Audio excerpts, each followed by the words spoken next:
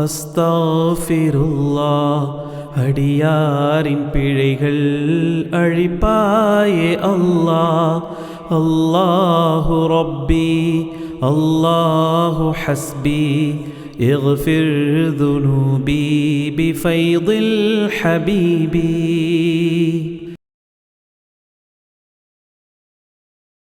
السلام عليكم ورحمة الله وبركاته. الحمد لله رب العالمين. اللهم صل على سيدنا ونبينا ومولانا محمد وعلى آله وصحبه أجمعين. குர்ஆன் முழுக்க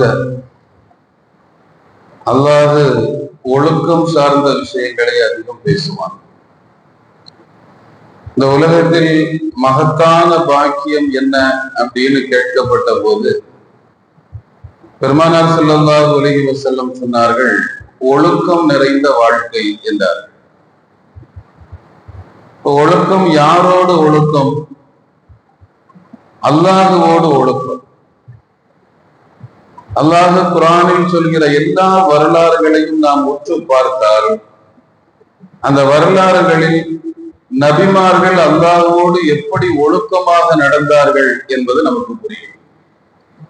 அல்லாஹுக்கு ரொம்ப ஒழுக்கம் ரொம்ப பிடிக்கும். ஒரு பெரிய பாவியாக இருந்தாலும் கூட அவன் ஒழுக்கம் உள்ளவனாக இருந்தால் அவனுக்கு அல்லாஹ் ஈமான கொடுத்துறான், ஹிதாயத்தை கொடுத்துறான். இப்ப மூசா அலைஹிஸ்ஸலாம் ஃபிரௌன்ட்ட வந்தாங்க, வரலாறு நமக்கு தெரியும். நான் அல்லாஹ்வுடைய நபின்னு சொன்னாங்க. அவன் ஃபிரௌன் கேட்டான், என்ன ஆதாரம்னு கேட்டான். மூசா அலைஹிஸ்ஸலாம் கையில இருந்த தடியை போட்டாங்க, அது பாம்பா மாறிச்சு. அப்ப ஃபிரௌன் சொன்னா, நீ மந்திரவாதின்னா, உங்களை நான் வீழ்த்துவதற்கு எங்க நாட்டுல இருக்கிற மந்திரவாதிகளை எல்லாம் கூப்பிடுறேன். மூசா அலைஹிஸ்ஸலாம் சொன்னாங்க, கூப்பிடு.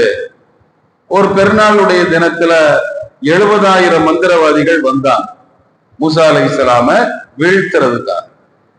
அந்த 70,000 பேரும் ஒரு திடல்ல நின்னாங்க. மூசா அலைஹிஸ்ஸலாம் அந்த திடலுக்குள்ள வந்தாங்க. வந்த உடனே மூசா அலைஹிஸ்ஸலாமுடைய அந்த தோற்றம், அவங்களுடைய முகத்துல இருந்த அந்த ஈமானுடைய ஜொலிப்பு, இத பார்த்த உடனே அந்த 70,000 பேரும் அப்படி ஒரு ஸ்டெப் பின்னால போனாங்க. அதாவது மூசா அலைஹிஸ்ஸலாமுக்கு ஒரு மரியாதை. அந்த 70,000 பேரும் அப்படி கொஞ்சம் பின்னால வந்த உடனே அல்லாஹ்வுக்கு ரொம்ப பிடிச்சிருச்சு. ஏன்னா இவங்க மூசாவை வீழ்த்ததான் வந்திருக்கிறாங்க, எப்படியாவது அவரை தோற்கடிக்கணுங்கிறது தான் இவங்களுடைய மனோநிலை. ஆனாலும் மூசா நபிக்கு அவங்க ஒரு மரியாதை கொடுத்தாங்க. இந்த மரியாதை கொடுத்தது அல்லாஹ்வுக்கு ரொம்ப பிடிச்சதுனால இந்த 70,000 பேரும் ஈமான் பண்ணாங்க. அவங்க 70,000 பேரும் மூசா அலைஹிஸ்ஸலாம் பார்த்த உடனே கேட்ட வார்த்தை, மூசா நீங்க போடுறீங்களா இல்ல நாங்க போடவா? ஏன்னா இவங்க கையிலையும் கம்பு இருக்குது, அவங்க கையிலையும் கம்பும் இருக்குது, நூலும் இருக்குது. அவ போடவா நாங்க போடவா நீங்க போடுறீங்களான்னு கேட்டாங்க. மூசா அலைஹிஸ்ஸலாம் சொன்னாங்க, நீங்க போடுங்க தான். அவங்க 70,000 பேரும் கம்பையும் நூலையும் கீழே போட்டாங்க. ஒரே மைதானத்துல 1,40,000 பாம்பு வந்துருச்சு.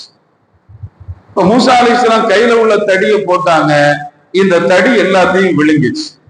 இந்த விழுங்கின உடனே அந்த 70,000 பேருக்கும் விளங்குது, ஏன்னா அவங்க மந்திரவாதிகள், அந்த மந்திரத்தை படிச்சவனுங்க, அவங்களுக்கு மந்திரத்தினுடைய சக்தி என்னன்னு தெரியும். அந்த 70,000 பேருடைய 1,40,000 பாம்பையும் இந்த பாம்பு விழுங்கின உடனே அந்த 70,000 பேரும் சொன்னாங்க, ஆமன்னா பி ரப்பில் ஆலமீன், ரப்புல் ஆலமீனை கொண்டு நாங்கள் ஈமான் கொண்டோம். ரப்பி மூசா வ ஹாரூன், மூசா நபியினுடைய ரப்பை கொண்டு நாங்கள் ஈமான் கொண்டோம் அப்படின்னு சொன்ன உடனே ஃபிரௌன் சொன்னா, நீங்க 70,000 பேருக்கும் இவரு தான் குரு, ஆக நீங்க எல்லாருமா சேர்ந்து என்ன கவுக்க பாக்குறீங்க, அதனால உங்களை நான் மாறுகால் மாறுகை வெட்ட போறேன், வலது காலையும் இடது கையையும் வெட்ட வேண்டாம். இந்த 70,000 பேரும் சொல்றாங்க, இதான் மேட்ரு. நம்மள மாதிரி பாரம்பரிய முஸ்லிம்கள் இல்ல. அப்பதான் இஸ்லாத்தை ஏத்து ஒரு 2-3 நிமிடங்கள் இருக்கும். அந்த 2-3 நிமிடங்கள் அவங்க ஃபிரௌன்ட சொல்றாங்க, ஃபக்லிமான் தகாவ், உன்னால என்ன செய்ய முடியுமோ செய். நீ என்ன கொன்னா என்னுடைய துன்யாவை தான் நீ நாசமாக்குற, எனக்கு நல்ல ஆகிறது கிடைக்குமே, அல்லாஹ் எனக்கு நல்ல வாய்ப்பு வாழ்க்கைய நிறைய சொர்க்கத்துல எனக்கு தருவானே, அதனால உன்னால என்ன பண்ண முடியுமோ பண்ணுன்னா. இப்ப இந்த வரலாற நம்முடைய மேன்மக்கள் பதிவு செஞ்சுட்டு என்ன சொல்றாங்க, குர்ஆன் என்ன சொல்லுது, மூசா நபிக்கு அவங்கள்ட்ட அந்த 70,000 பேரும் கொஞ்சோண்டு மரியாதை, ஒரு பெரிய மனுஷருக்கு ஒரு மரியாதை. இது ஒழுக்கம் சார்ந்த ஒரு விஷயம். ஒழுக்கம் சார்ந்த ஒரு விஷயம் ஒருவரிடத்தில் வறுமையானால் ஒரு காலத்திலே அவர் கெட்டு போக மாட்டாரு, அல்லாஹ் அவரை நல்லாதான் வருவான். இது குர்ஆன் சொல்ற ஒரு வரலாறு. மறுமை நாள் எல்லாரையும் அல்லாஹ் நிப்பாட்டிட்டு ஈசா அலைஹிஸ்ஸலாம கூப்பிடுறான். இது குர்ஆன் பேசுற வரலாறு. ஈசா அலைஹிஸ்ஸலாம கூப்பிட்டு அல்லாஹ் கேட்கிறான், ஈசா அன்த குல்த லின்னாசி இத்தகிதூனி உம்மி இலாதீனி மின் தூனில்லாஹ், என்னையும் என் அம்மாவையும் கடவுளா எடுங்கன்னு நீங்க மக்கள்கிட்ட சொன்னீங்களா அப்படின்னு அல்லாஹ் மறுமையில ஈசா நபிகிட்ட கேட்கிறான். இது குர்ஆன் சொல்ற ஆயத்து. அப்ப என்னையும் எங்க அம்மா மரியமையோ கடவுளாக எடு என்று மக்களிடத்தில் நீங்க சொன்னீங்களா அப்படின்னு நாம ஈசா நபிகிட்ட கேட்போம். இப்ப என்ன சொல்லணும் ஈசா அலைஹிஸ்ஸலாம்? நம்மளா இருந்தா என்ன சொல்லுவோம், அல்லாஹ் நான்லாம் அப்படிலாம் சொல்லல, நான்லாம் அப்படி சொல்லவே இல்லையே, உன் மேல சத்தியமா சொல்லவே இல்லை அப்படிதான் நாம சொல்லுவோம். ஆனா ஈசா அலைஹிஸ்ஸலாம் என்ன சொல்லுவாங்கன்னு அடுத்து அல்லாஹ் சொல்றான், அல்லாஹ்வே என்னையும் என் அம்மாவையும் கடவுளா எடு அப்படின்னு நீ சொன்னியான்னு என்கிட்ட கேட்கறல்ல. ஈசா அலைஹிஸ்ஸலாம் சொல்றாங்க, நான் சொன்னாதான் உனக்கு தெரியும்ல, நான் என்ன சொல்றேன்னாலும் நான் என்ன சொன்னாலும் சொல்றது உனக்கு தெரியும். ஏன்னா தஅலமு மா ஃபீ நஃப்ஸி, என்கிட்ட என்ன இருக்குன்னு உனக்கு தெரியும். ஆனா வலா அலமு மா ஃபீ நஃப்ஸிக, உன்கிட்ட என்ன உள்ள என்ன இருக்குன்னு எனக்கு தெரியாது. நான் எதை மறைச்சு வச்சாலும் என் நாக்கு ஒண்ணு சொல்லி அதுக்கு மாற்றமானது என் மனசுல இருந்தாலும் உனக்கு தெரியும். அதனால அந்த மக்களுக்கு நீ என்ன சொன்னியோ அதைத்தான் நான் சொன்னேன், நீ சொல்லாத எதையும் நான் சொல்லலையே அப்படின்னு சொல்ல வேண்டிய இடத்துல, நான் சொல்லலன்னு சொல்ல வேண்டிய இடத்துல என் உள்ள இருக்கிறது தான் உனக்கு தெரியும்ல. இந்த வார்த்தை ஒழுக்கத்தினுடைய உச்சம். இப்ராஹிம் அலைஹிஸ்ஸலாம் அல்லாஹ்ட்ட பேசுறாங்க, குர்ஆன் பேசுற வசனம். அல்லாஹ்ட்ட இப்ராஹிம் அலைஹிஸ்ஸலாம் பேசுறாங்க, அல்லாஹ் யார் தெரியும்? நம்ரூதுட்ட பேசுறாங்க, அல்லாஹ் யார் தெரியுமா? அவன் தான் கலக்கனி, என்ன படைச்சான், அவனுக்கு எனக்கு நேர்வழியை தந்தான், அவன் தான் எனக்கு உணவு தர்றான், அவன் தான் என்னுடைய தாகத்தை தணிக்கிறான், எல்லாம் செய்யறான் என்ன அல்லாஹ் பேசிட்டே வந்து, ஒய்தா மரித்து, நான் நோய்வாய்ப்பட்டா ஃபஹுவ யஷ்ஃபீன், அவன் எனக்கு ஷிஃபா தருவான். என்ன சொல்லணும்? நோயை உண்டாக்குறது யாரு? அல்லாஹ் தான். ஷிஃபாவை கொடுக்கிறது யாரு? அல்லாஹ் தான். ஆனா நோயை அவன் உண்டாக்குனா, அல்லாஹ் எனக்கு நோயை தந்தா அவன் தான் எனக்கு ஷிஃபா தருவான்னு சொல்லல. அது ஒழுக்கம் இல்லாத வார்த்தை. அல்லாஹ் அப்படி அல்லாஹ்ட்ட கொண்டு போய் ஒரு மாதிரியான காரியங்களில் அல்லாஹ்ட்ட சேர்க்க கூடாது. ஷிஃபா என்கிறது நல்ல காரியம், ஆகாரம் கொடுத்தல் நல்ல காரியம், தாகத்தை தணித்தல் நல்ல காரியம், ஹிதாயத்து நல்ல காரியம், இதெல்லாம் அல்லாஹ் தான் தருவான். இதெல்லாம் அவன்கிட்ட கொடுத்துட்டு நோய் என்கிறது சங்கடத்தை உண்டாக்குற ஒரு காரியம்ங்கிறதுனால அது அல்லாஹ்ட்ட சேர்க்காம, ஒய்தா மரித்து, நான் நோய்வாய்ப்பட்டா ஃபஹுவ யஷ்ஃபீன், அவன் எனக்கு ஷிஃபா தருவான். அப்ப ஷிஃபாவை அவனோட சேர்த்து நோயை தன்னோட சேர்க்கிறாங்கல்ல, இது அல்லாஹ்வோடு பாவிக்கிற ஒழுக்கம். இப்படிதான் அல்லாஹ்வோட அல்லாஹ்ட்ட அப்படிதான் சொல்லணும். நல்லதெல்லாம் நடக்கும் போது ரப்புட்ட கொண்டு சேர்க்கணும். ஏதாவது ஒரு அசம்பாவிதங்கள் வந்தா என்னுடைய குறை, நான் தான் இதுல எல்லாம் பிரச்சனை.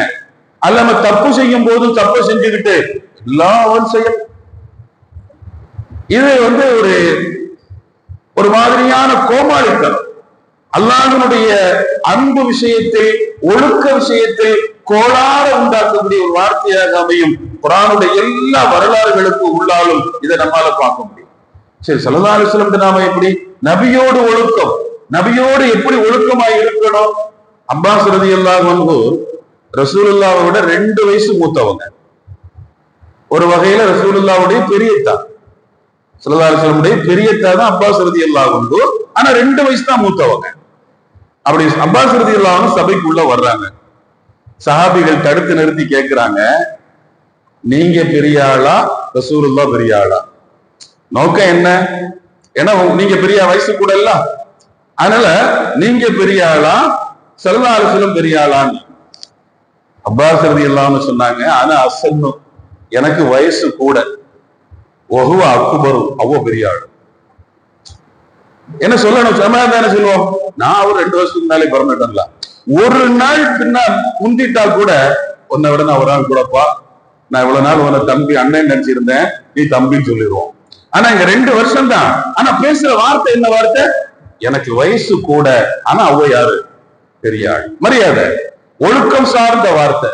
ஸல்லல்லாஹு அலைஹி வஸல்லம் உள்ள வந்தாங்க, சஹாபிகள்லாம் எழும்புனாங்க. ரசூலுல்லாஹ் சொன்னாங்க, உட்காருங்க தான்.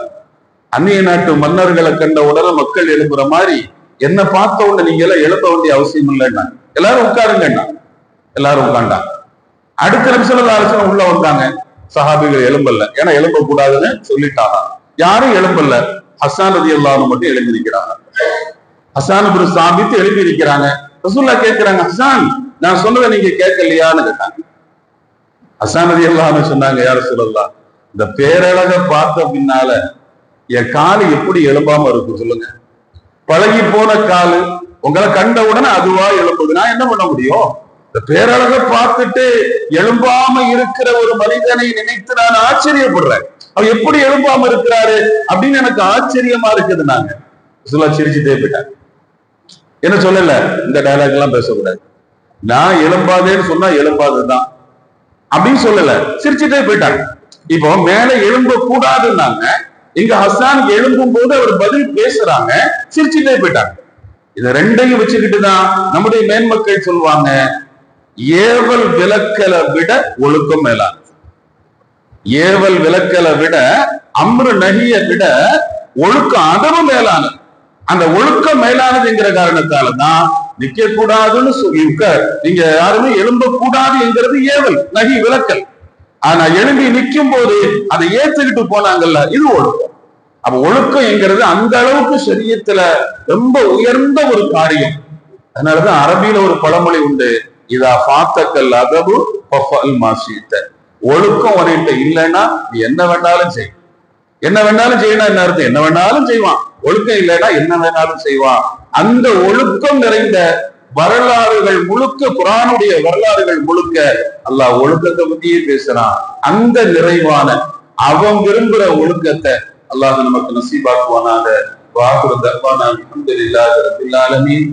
சுப்ஹானல்லாஹி வ பிஹம்திஹி, சுப்ஹானக அல்லாஹும்ம வ பிஹம்திக, அஷ்ஹது அன் லா இலாஹ இல்லா அன்த, அஸ்தக்ஃபிருக வ அத்தூபு இலைக். சுப்ஹான ரப்பிக ரப்பில் இஸ்ஸத்தி அம்மா யசிஃபூன், வ ஸலாமுன் அலல் முர்ஸலீன், வல்ஹம்துலில்லாஹி ரப்பில் ஆலமீன். பிஹக்கி ஸல்லல்லாஹு அலா முஹம்மத் ஸல்லல்லாஹு அலைஹி வஸல்லம். ஸல்லல்லாஹு அலா முஹம்மத் ஸல்லல்லாஹு அலைஹி வஸல்லம். ஸல்லல்லாஹு அலா முஹம்மத் ஸல்லல்லாஹு அலைஹி வஸல்லம். اللهم صل على محمد وعلى آل أهل البيت وسلم، وصل على جميع الأنبياء والمرسلين، والحمد لله رب العالمين. السلام عليكم. அல்லாஹு அல்லாஹ் அஸ்தக்ஃபிருல்லாஹ். அடியாரின் பிழைகள் அழிப்பாயே அல்லாஹ். அல்லாஹு ரப்பி அல்லாஹு ஹஸ்பி اغفر ذنوبي بفيض الحبيب.